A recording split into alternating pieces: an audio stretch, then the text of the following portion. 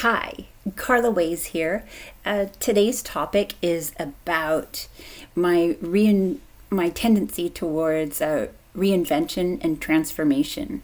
I used it as a sort of like an armor when I went out into the world in like my 20s and 30s as a half indigenous female and of European descent as well in Canada. Last night I'm watching the Andy Warhol diaries, and I really identified with how he used transformation and reinventing himself, and was like a character when he would be out in public. I feel like that's what I did when I was 25 to about 30. I definitely had created this exterior person. It was connected to me for sure. She was. But she was larger than life. She was fabulous. She was already famous. She was like a model, a diva, a nightlife personality, kind of like Auntie Mame. That's before my time, but just or like Paris Hilton, I guess, is really the common modern figure, and I identified with her story as well, because that documentary that she came out with recently, how she said she was abused in that school. But she would sit in the closet or where she was locked up and then talked about how she fantasized of her life and what it would be like. And it had to do with the diva character she created when she would go out to the clubs. And it was like, oh my God, woman, yes, I totally got that 100% vibe with that. So my husband loves how I do my makeup and how I transform myself nowadays.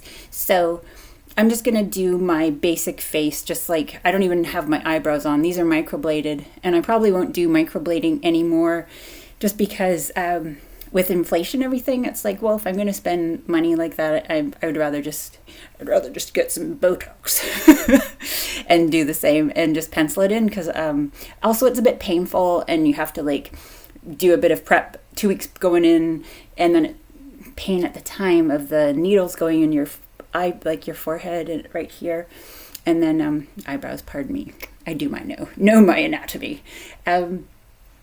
But yeah, so, and then it's a little bit, you have to wear a hat for a month afterwards, and whereas if I just do my eyebrow makeup, done. Okay, so transformation. Yeah, I'd say I started dreaming about it when I was in my 20s, and I would have these office jobs. And I think prior to that, I came from Victoria, and at the time it was small town. And like I said in my blog, I had kind of had a bad-ish reputation, depending on who you are and what your life is about. I had my steady, regular friends and girlfriends, but then I had also, outside of a relationship, slept with a couple of guys, or maybe more than a couple. And because of that, and it's not like any other drama had happened, I didn't cheat on anybody, I didn't go with anyone's boyfriend or anything like that. And actually, it wasn't girls that I had issues with, it was guys that came and inflicted pain into my life. So what happened was, after one round of that, I was 19, 20 years old. I was well, I didn't want to stay in Victoria anyway. I was wanting to go to Vancouver and have a big life there, and then have Vancouver as my springboard, where else I was going to go in the world, be that Toronto or LA or New York, or Las Vegas. It was always, I wanted to go out and do something really exciting and glamorous in the world. So first stop was Vancouver. I went to school, and I had a job, like a co-op job, and it was just an office stuff, and I got into a long-term relationship with that person, a person I met there, and then so I wasn't going to the clubs. Like, that was my second, like, my first personality was small town girl, goes out with her friends, kind of baby fat, soft-spoken, soft body, because I wasn't training at all. I was just like young, and so I had a young girl's body.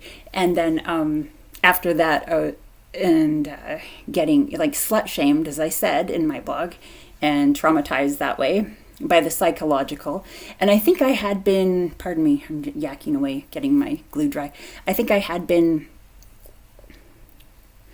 sexually assaulted by a different group, because the one group there was kind of guys from Langford, like kind of like the country, but things had happened with another group of guys that was more in the city. Oops, bastard.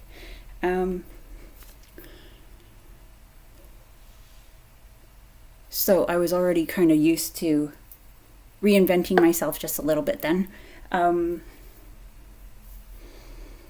When I got into the long-term relationship, I wasn't going out to the clubs, obviously, because that's what you do. So I was in that relationship until I was about 25. And in that time, I was trying to go to the gym, but I was smoking a lot of weed with my partner and just like with my own friends I would make in Vancouver. And then I noticed like weight gain, right? And also I was on various birth controls too in a long-term relationship. And so I was like, well, that sucks. I didn't want that. Can't help me. I'm not a very good model at the time, because we didn't have plus size or curvy models. It was like, no, you had to be like underweight. That's it. Nothing else. So I feel like I was before my time there. So what happened was I would just like continue on, despite people being like, oh my God, you're so beautiful. Oh my God, you're so beautiful. So fine. But what happened, I wasn't happy in that relationship. I won't get into that. I don't need to. I don't want to. That's for another time, I guess. I went and learned how to work out. I got bodybuilding magazines. We didn't really have Oxygen then, so it was all like from a man's point of view with Muscle Mag. And that was sort of my favorite, because there would be a woman's section, but she was always like the trophy, the trophy on his arm. She wasn't like her own person. I didn't think about it back then. All I thought was, oh, her body, so beautiful. And yes, breast implants, da-da-da.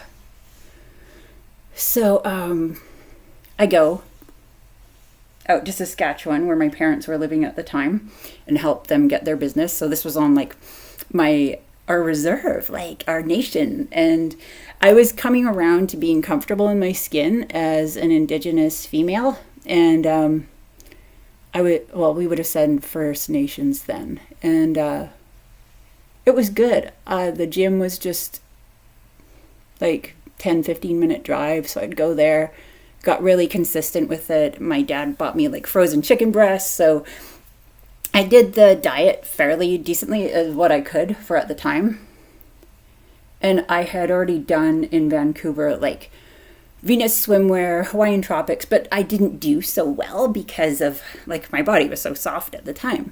So after I did a lot of learning and teaching how to take care of my body and how to do makeup, I started getting stronger. And when I would go out with like my cousins and stuff to the nightclubs there in Saskatchewan, I was like, oh my God, I've really got a strong look. And I was like, yeah, this is what I'm doing. I'm going to get myself all ready. So when I go back to BC or whatever, like I could actually have a legitimate modeling career First Nations or not. So, I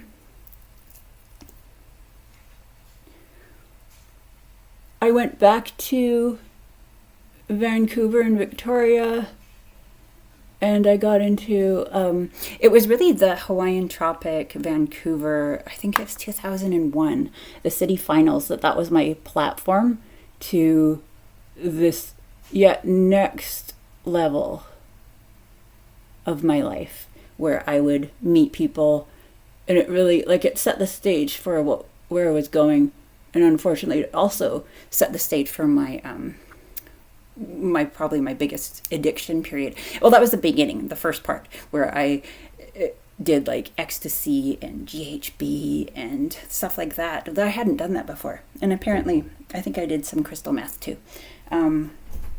Stella, please, I'm doing my video. Thanks. It won't be too much longer. So, can you shut it, please? I won't be long. The iPad. Oh, I need it just for a bit. Oh my God.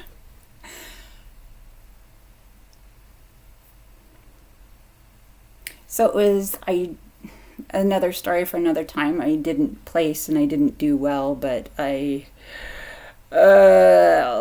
it's really amusing. Like, I'm not like hurt anymore by that, but at the time I was, and it has to do with racism. So I met quite a few people from that night, like guys. One was like not my boyfriend, but my friend. We thought, like we said, we would be a couple if we could be, but we kind of knew we were like not able to have a relationship, just because the nightlife and that scene was just calling to both of us. And I had a point where I could have maybe chosen between him and another person who was kind of well known too in the whole scene. But I was so like into like fame and popularity and love, kind of like Andy Warhol. Like he said, he was so drawn to like popularity and fame, that I hung out with this first guy who was all really popular and liked on the Vancouver nightlife scene, versus the other guy who actually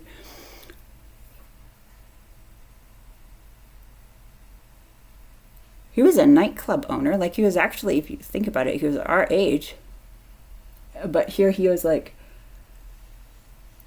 a successful business owner. But my girlfriend at the time, who she had lived there longer and knew everybody, and she was like, well, you could go. I was like, who should I choose? And she's like, well, the one guy is more popular for sure. Like, he's got a lot of friends, and he goes out a lot though. But if you're not looking for anything serious, like, you'll be fine. Whereas the other guy, she goes, well, he's not liked so much, because sure, he knows a lot of people, but he's not into that music scene like the same way as like you guys. And also she's like, this bar got bombed. So it's like, I don't know. I just knew that my heart was in dance music and house music, and I wanted to be around that. So that's why I hung out with the other guy. So the way I looked then, I had just come off like basically like a soft stage body, like bikini model type, not like a hard bikini bodybuilding type like we have today. And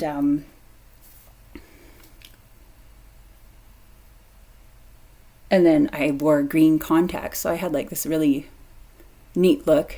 I stood right out, and then my hair was kind of like how it is now, like darker roots, but then like blonde tones through it. And I did it myself back then because it was so out of my budget to like spend even like $70 on like a hairstyle.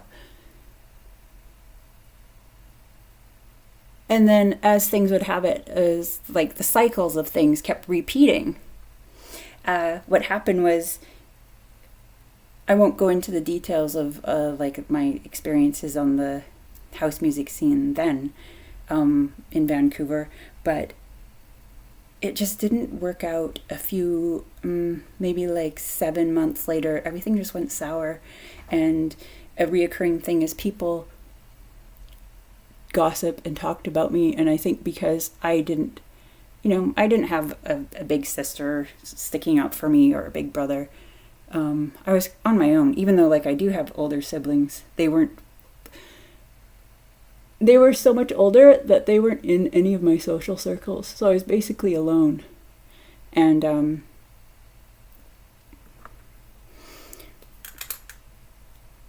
being a girl of color and not learning how to, not being able to stand up for myself, because it was like, how could I stand up against the stereotype, which was, I saw it too myself, and it wasn't what I came from, but it affected like people around me so much that that's all they saw. They just saw, the women are whores. Sorry, I don't mean this to be triggering to anybody, but this is how it was from the white world that I lived in. They're like, women are sluts, women are whores, and guys are just like, they don't work, they're on welfare, they're bums, or they're in jail. So there's a very negative persona of Indigenous people, First Nations, Aboriginal, everything else that we're called properly. So that would catch up to me. In any negativity, like if I had slept with someone in 1993, it caught up with me through people's gossip in 2001, 2002, and then I was disrespected and treated like shit. And so then would come another phase of like, well, Carla's just gonna stay home, or I will move to Victoria, move in with my parents again, and just try and get over what just happened, or maybe I would have like lost a job or something. And then I would change. Like maybe if I went from like the party scene to like moving in with my parents back in Victoria, I would have gained weight, just because the access to gyms wasn't as easy as living in downtown Vancouver, or when I lived on my own in Victoria. It's like, oh, and then I would have been experiencing a certain amount of trauma from what had happened. So I was like depressed or something. You can go back on your personal health care record on the apps that my province BC has. Oh my God, it's like all the antidepressants and stuff that I would try and get on in those years are there. It's like, wow. So my body would change. I would go back to like soft Carla, but not as, because I had learned the gym and nutrition and stuff. It's crazy though. My husband and actually friends of mine at the time, like when I was probably looking like my best, and I didn't just do an external transformation. What I would do too is I was always, because I didn't get popularity in high school, I wasn't well liked at times, I think because I was so quiet, but also our last name was Little Chief, and well, it was just a really painful experience that I had to be like the epitome, the face of Indigenous people in a time when there weren't a lot, like no one else in my school had a last name like that. Or we did have First Nations, like Aboriginal people, but they were from here, BC, whereas my ancestry is from Saskatchewan. And the Plains were Plains people. But here I had this Plains last name, Plains physical appearance. My face was full of collagen, actually. It was so plump. It was awesome.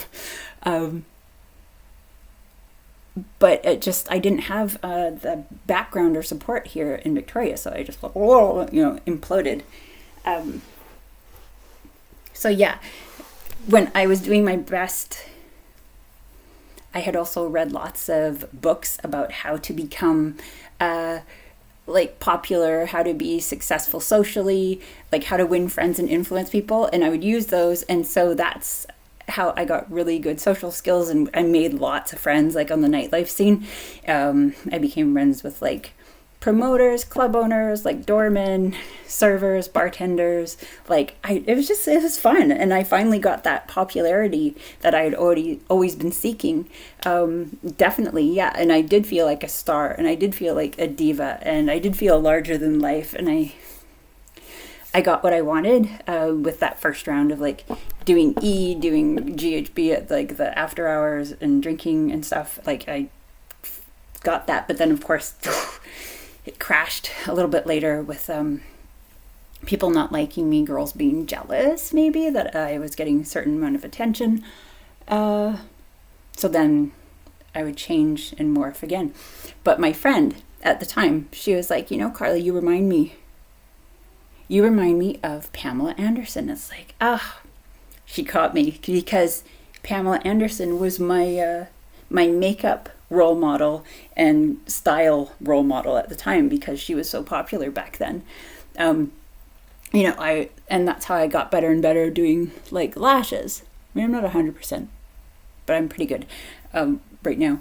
I would do like the lip outline in like Nude or Spice by MAC, and then like a softer pink, full foundation, and then the little wing makeup. And yeah, so, and then of course once I had my implants by then, and my friend and I always had shirts. I mean, I was 20 something, right? I always had shirts where it was like down like that, walk around. Oh God, I got such hell for that. I got such hell. Like, oh man, I just couldn't do that again. Like this, I can sit here now because it's summer and I'm going to go to the gym. But I've even come around too. Like I'm okay being attractive and sexy and having my, like I have a couple of shirts now that come down like this. Like if I got to dinner, yeah. But, and then, so now, years later, after Pamela's come out with how she felt then, and there's like a book and the Netflix series, my husband's like, you know what, Carla? It's like, you've always reminded me of Pamela too. I'm like, well, why is that? And he's like, well, you're both really pretty. You're both from Vancouver Island. You both had childhood traumas, and you both went through a lot of serious hell with cyberbullying and the early stages of the internet. Yeah. That's another juicy nugget for me to tell you. I'll tell you another day, just because I wouldn't want to say the names. Of course, I don't do that. I wouldn't want to see the names of the people, so I have to like get my aliases in my head locked down. But I'll definitely blog about it, because as much as I enjoy speaking to you about my stories, I also love writing. So, and I love writing my story, and I guess showing people what, like, it's not all it's cracked up to be. We all try to be beautiful, right? And this is what the cosmetic, skincare, and fashion in a way is all about. Although there's high-end fashion, haute couture, and then there is, fast fashion, everyday stuff. Like, we all try and be beautiful, but once you get there, there's actually there can be a certain amount of backlash, and that's why. And also on top of that, like, I would be attractive and out there in the world, and people would be like, oh my God, what are you? And sometimes they're like, oh, excited and expected. And I'm like, oh, well, I'm, half native, and their faces go. I was like, what? Oh, fuck. It got to the point so bad, like when I was partying hard with my friends there on the after hours scene, and we'd all be out together. I have my green eyes on, and suntan, or, spray tan, because that's me. And we'd be all out dancing, my beautiful friends, and then people started coming up to us. They're like, what's her nationality? And my friends are like, oh, fuck. No, not again. Oh, my God. Pardon me. I know I cursed there. So, yeah, another time for that DJ story. My child's coming in. So, I'm being taught to say much love and light, and I'll catch you next time.